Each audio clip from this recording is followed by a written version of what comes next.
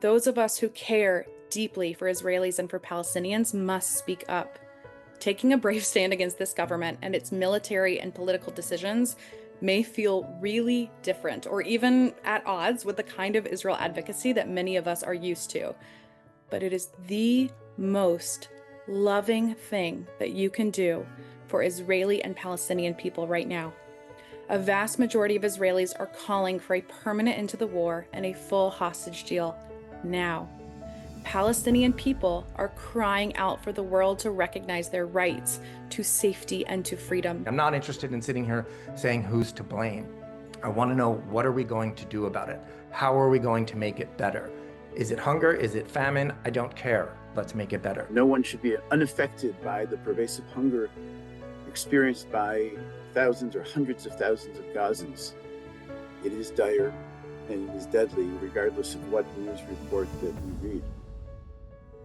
We should not also accept that the arguments that because Hamas is the primary reason many Gazans are either starving or on the verge of starving, that we as Jews and the Jewish state is not also responsible. Our hearts are big enough to cry for everybody, that our hearts are big enough to cry for those who are murdered and kidnapped and raped on October 7th, and also to cry for the more than 60,000 Palestinians who have been killed, including more than 18,000 children, and that we can also cry for the nearly 900 soldiers, Israeli soldiers, who have been killed in the war since, and even more if you include those who have died by suicide. We all know there are plenty of enemy voices that are critiquing Israel, and I think what Israel needs right now is more friendly voices critiquing Israel. They're not abstract lives, they're families, kids, parents, and students, people who have dreams and who should have rights. And even when our hands feel tied by politics, our values remain clear. We are always going to insist on life. We are always going to insist on hope. And we are always going to insist on human rights. The vast majority of young American Jews care about Israel, feel connected to Israel, believe in it as the homeland of the Jewish people, and also feel deeply conflicted and even distraught by the actions of a government that conflicts and contradicts their Jewish values, moral values, and political values. They want to be connected to Israelis and Palestinians who share their own vision and values.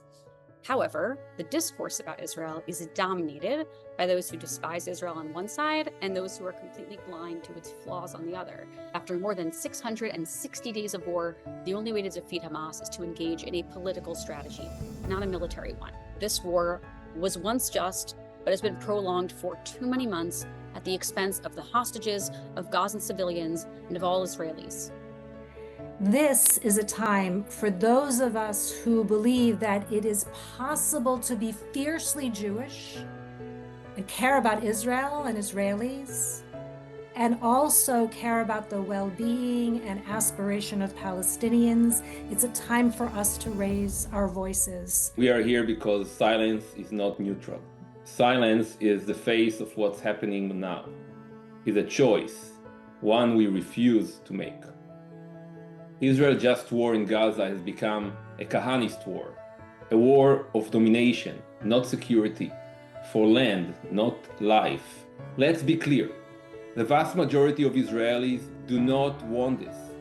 The families of the hostages, bereaved families, reservists, and veterans, and civic leaders across the spectrum are begging for the end of the war and a deal to bring everyone home. We are all here now, today, 22 months after October 7th, to say it is time for this war to end.